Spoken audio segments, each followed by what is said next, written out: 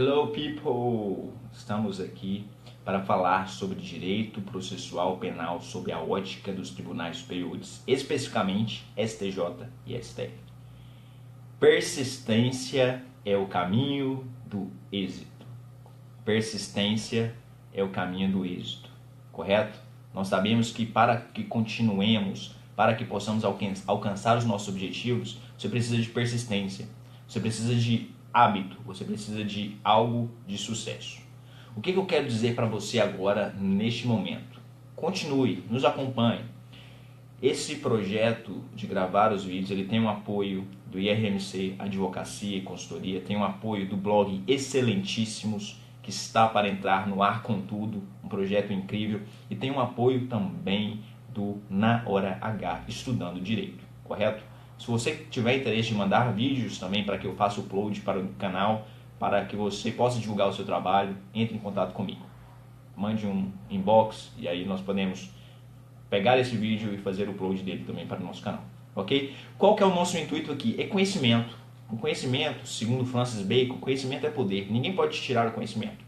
E nós sabemos que apesar de termos direito de uma forma ampla, termos o estudo das ciências jurídicas de uma forma ampla, nós sabemos que infelizmente o legislador sempre se queda omisso em muitas partes. E aí isso abre caminho para a judicialização.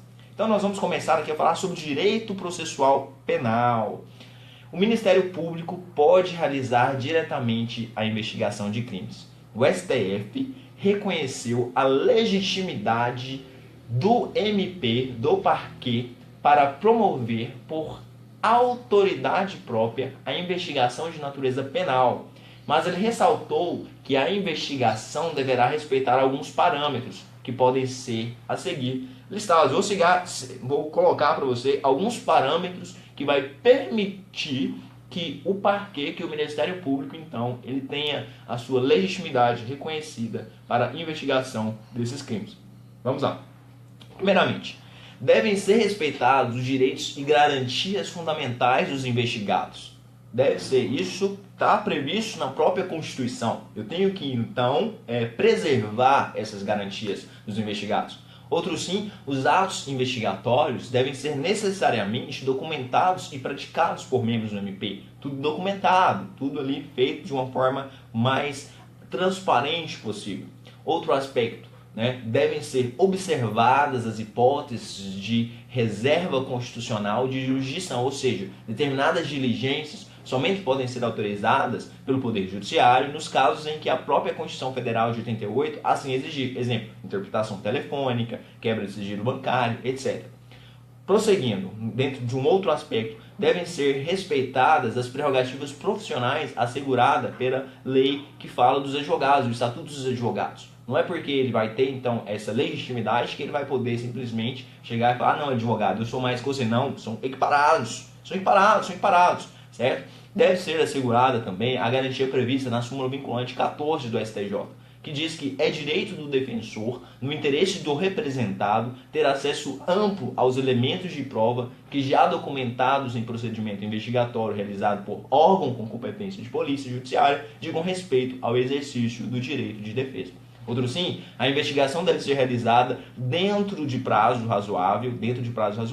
Prosseguindo, queridos colegas prezados, os atos de investigação conduzidos pelo Ministério Público estão sujeitos ao permanente controle do Poder Judiciário. Sim, por quê? Porque a tese fixada por autoridade própria e por prazo razoável, então ele fala nesse sentido, que a tese fixada em repercussão geral, queridos, do STF, foi o seguinte: o Ministério Público dispõe de competência para promover por autoridade própria investigações de natureza penal, desde que respeitados os direitos e garantias que, assim, a qualquer indiciado ou qualquer pessoa sob investigação do Estado, observadas sempre por seus agentes a hipótese de reserva constitucional de jurisdição e também as prerrogativas dos profissionais que se acham investigados no nosso país. Os advogados também têm suas prerrogativas asseguradas. Veja bem, porque o Ministério Público é quem vai acusar.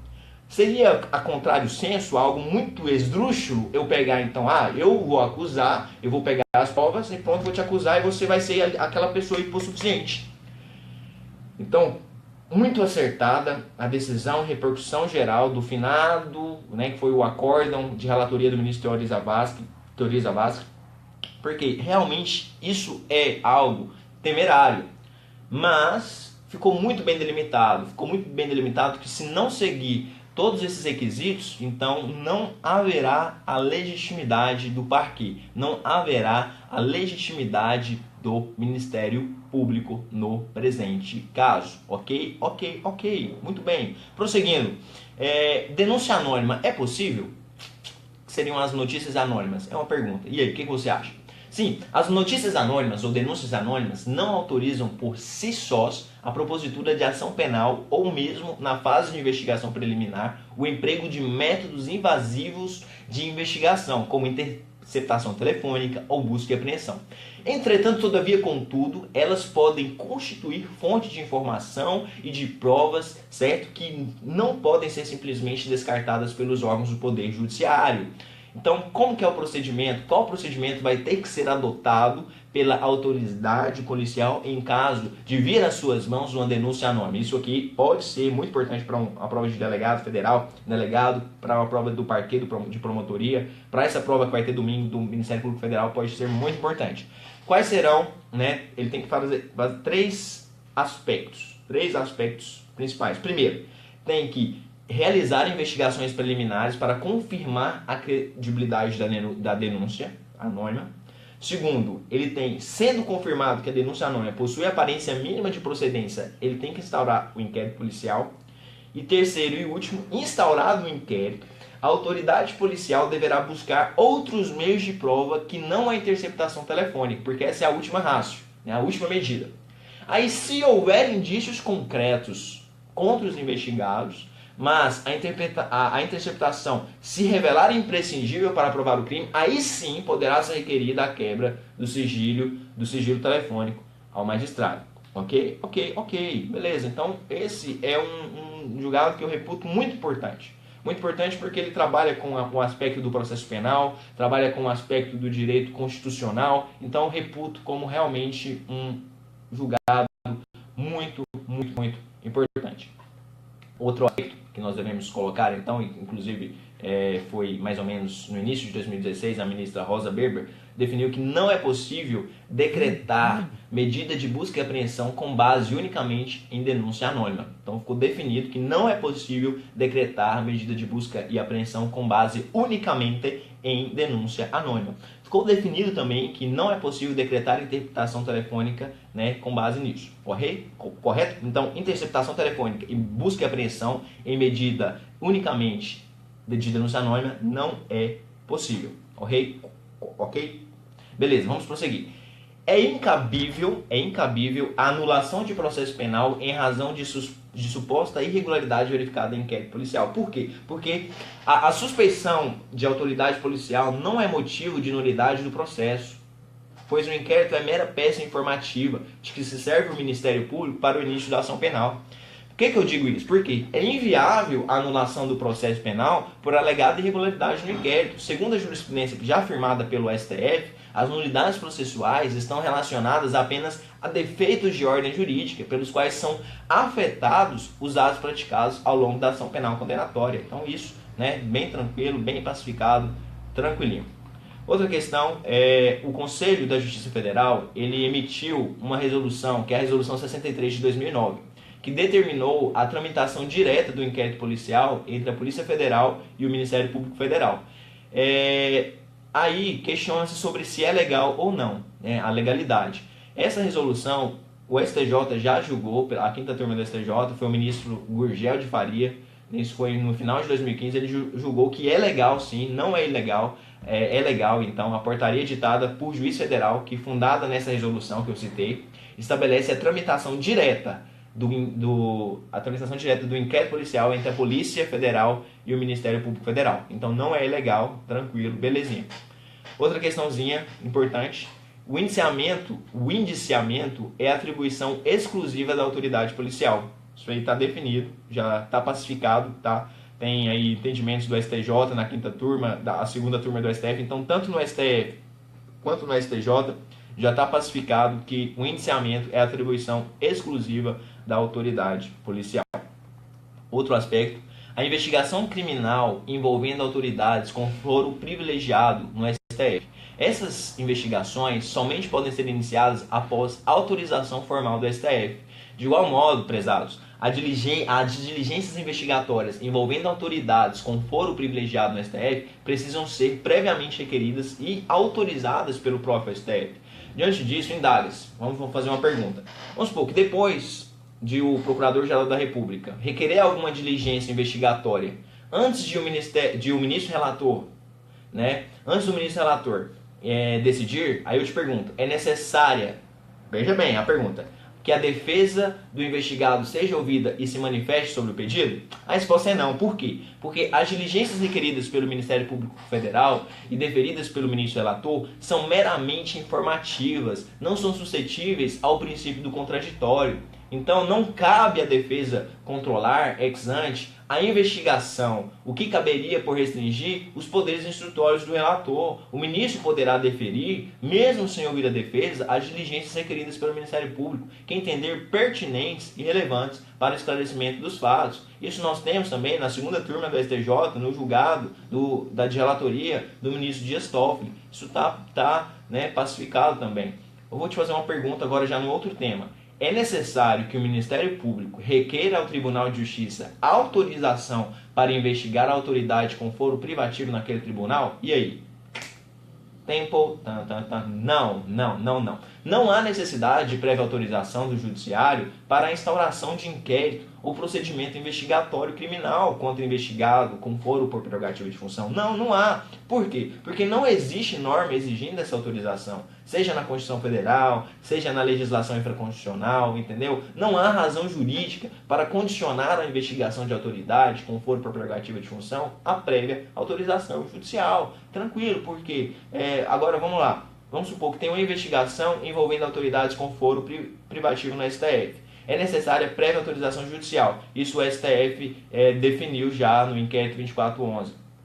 Agora, investigação envolvendo autoridades com foro privativo em outros tribunais não é necessária prévia autorização judicial. Isso foi definido no RESP 1563962/RN. Então tá tranquilo. É esse aspecto aqui que nós devemos nos preocupar de uma forma preponderante, de uma forma bem tranquila. Então veja, prezados, que eu estou aqui aplicando, falando de alguns temas que reputo relevantes para esse estudo principal, para esse estudo dos informativos, porque é o que está caindo, Várias questões, por exemplo, de indiciamento envolvendo autoridades com foro por prerrogativa de função, ainda mais em tantos escândalos que está tendo agora, essa questão da Lava Jato, né? Tantos aspectos que a gente está vendo, que nós estamos vislumbrando. Então isso tem se tornado muito importante, esse estudo, e tem caído, tem sido cobrado, porque são temas que estão muito em vogas, estão muito nos informativos da STF e STJ, e são muito relevantes, são muito importantes. Então, prosseguindo ao nosso estudo, em regra, a autoridade com foro por prerrogativa de função pode ser iniciada, correto? Isso aí a gente já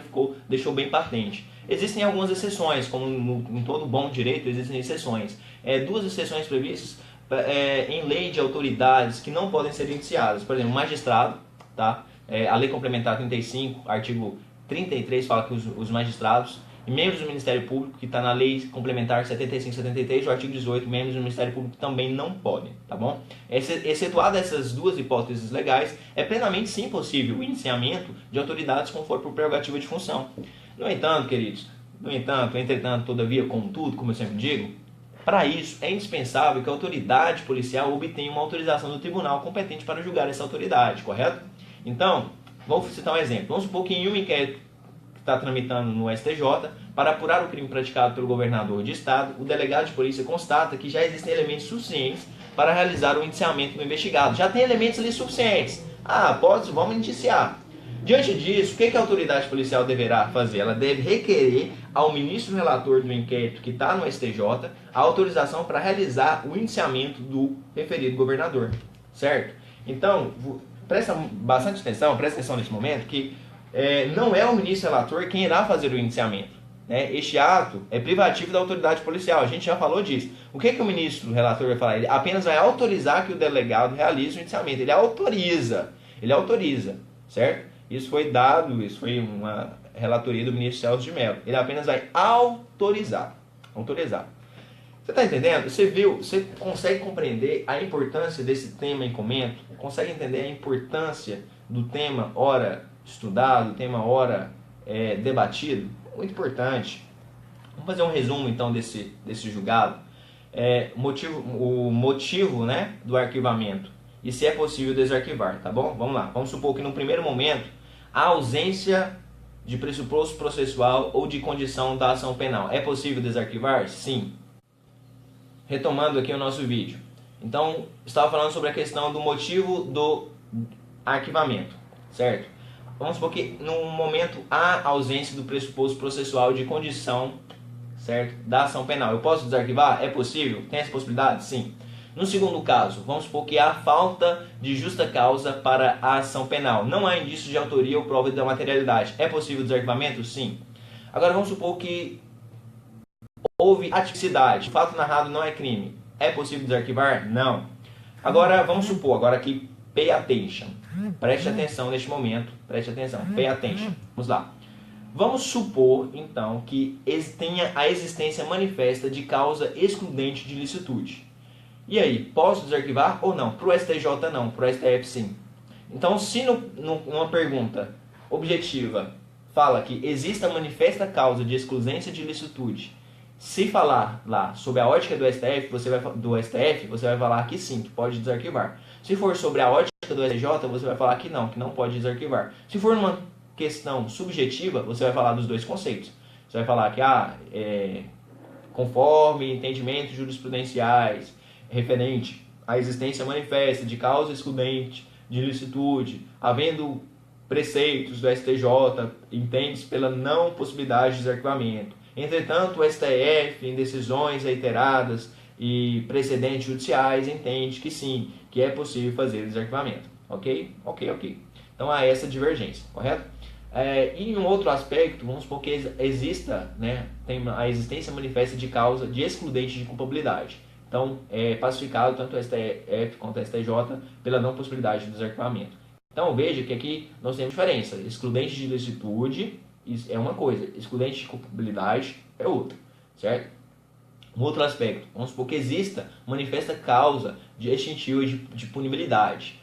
Entende-se que não. No caso de causa extintiva de punibilidade, não pode ser feito o desarquivamento, correto? Mas há exceção, no caso de certidão de óbito falsa. Se for por causa de certidão de óbito falsa, sim, então eu posso fazer o desarquivamento do inquérito policial, correto? Ok. Vamos prosseguindo então para outro aspecto aqui de análise, que seria a inviabilidade do mandado de segurança impetrado pela vítima para evitar o arquivamento de inquérito policial. Então, beleza, eu vou te fazer aqui duas perguntinhas e aí você me responde mentalmente.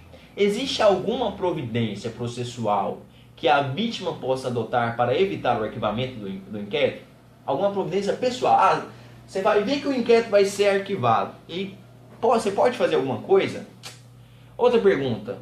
Você pode, por exemplo, impetrar um mandado de segurança com o objetivo de impedir o arquivamento do inquérito? Qual foi a decisão da Corte Especial, do STJ, nesse sentido? Foi que não. A vítima do crime da ação penal pública não tem o direito líquido e certo de impedir o arquivamento do inquérito das peças de informação. Então, isso aqui eu falo, é muito importante. Uma pergunta que parece boa, mas muitos sabe aqui dos precedentes judiciais e da não possibilidade no seguinte sentido. Correto? Correto. Belezinha.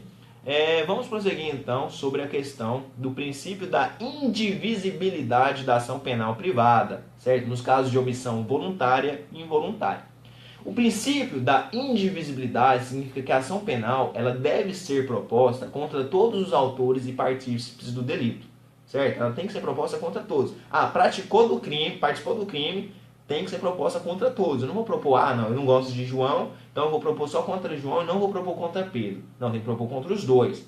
E essa é a posição da jurisprudência, que fala que o princípio da indivisibilidade só se aplica para a ação penal privada. Veja bem, artigo 48 do CPP. O que acontece se a ação penal privada não for proposta contra todos? Né? O que ocorre? Ou então, o que ocorre se um dos autores ou partícipes, podendo ser processado pelo querelante, ficou de fora? O que ocorre? Ou então, qual é a consequência do desrespeito ao princípio dessa indivisibilidade? Vamos lá, vamos por partes, como diria Jack Stripador, por partes. Se a omissão foi voluntária, foi deliberada, né? Se o querelante deixou deliberadamente de oferecer queixa contra um dos autores ou partícipes, o juiz deverá rejeitar a queixa e declarar a extinção da punibilidade de todos. Isso está previsto no artigo 104 e 107, inciso 5 do Código Penal. Então, todos ficarão livres do processo. Que coisa linda, não? Coisa bonita. Agora, se a omissão foi involuntária, o que tem que ser feito? O Ministério Público deverá requerer a intimação do querelante para que ele faça o aditamento da queixa-crime e inclua os demais coautores ou partícipes que ficaram de fora. Assim conclui-se que a não inclusão de eventuais suspeitos na queixa-crime não configura por si só renúncia tácita ao direito de queixa. Para o reconhecimento da denúncia tácita ao direito de queixa, existe a demonstração de que a não inclusão de determinados autores ou partícipes na queixa-crime se deu de forma deliberada pelo querelante. Ok, corretíssimo. Vamos prosseguir com outras dicas interessantíssimas dentro desse aspecto do estudo do processo penal. Vamos lá. O Ministério Público deve descrever conduta da acusação de sonegação. Então, não basta ser sócio e administrador. O Ministério Público deve descrever a conduta do acusado de sonegação. Por quê? É inepta. A denúncia será tida como inepta quando, ao imputar a sócio a prática dos crimes contra a ordem tributária previstos nos incisos do artigo 1º da Lei 8.137, de 90, o Ministério Público limita-se a transcrever trechos dos tipos penais em questão e a mencionar a condição do denunciado de administrador da sociedade empresária, que em tese teria suprimido tributos, sem descrever qual conduta ilícita supostamente cometida pelo acusado haveria contribuído para a consecução do resultado danoso. Então, prezados, o simples fato de o acusado ser sócio e administrador da empresa constante da denúncia não pode levar a crer necessariamente que ele tivesse participado nos fatos delituosos, a ponto de ser dispensado, ao menos uma sinalização de sua conduta, a ponto de ser dispensado ao menos uma sinalização de sua conduta, ainda que breve, sob pena de ressarca configurada e repudiada, certo? Responsabilidade criminal objetiva. Isso foi previsto no julgado do eminente ministro Rogério Shield Cruz, em 2014, na 6ª turma. Muito interessante, muito relevante esse aspecto de nosso estudo aqui. Muito bom, muito bom. Vamos então prosseguindo, vamos então continuando, vamos então abordando aqui esses aspectos extremamente relevantes e interessantes do direito processual penal. Vamos lá. O MP, então, nesse caso que a gente viu, terá a julgada inepta, a sua peça. Outro caso também, inépcia, caso a denúncia se baseie apenas no fato de que o réu era diretor-presidente da empresa. Então o Ministério Público, vamos supor que ele oferece denúncia contra alguns sócios da empresa, dentre eles o diretor-presidente, e aí ele vai afirmar que este praticou o crime de evasão de divisas porque detinha o domínio do fato e não seria crível que a empresa movimentasse altos valores para o exterior sem que ela soubesse.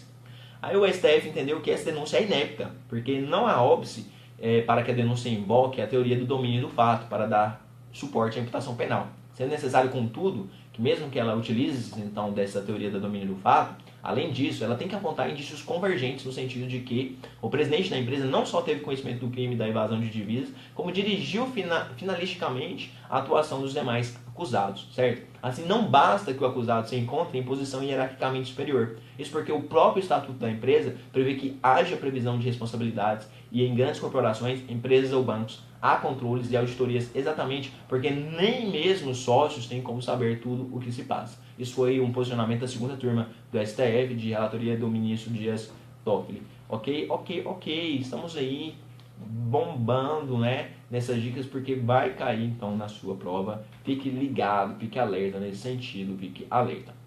Outro aspecto muito importante fala sobre o conselho indigenista.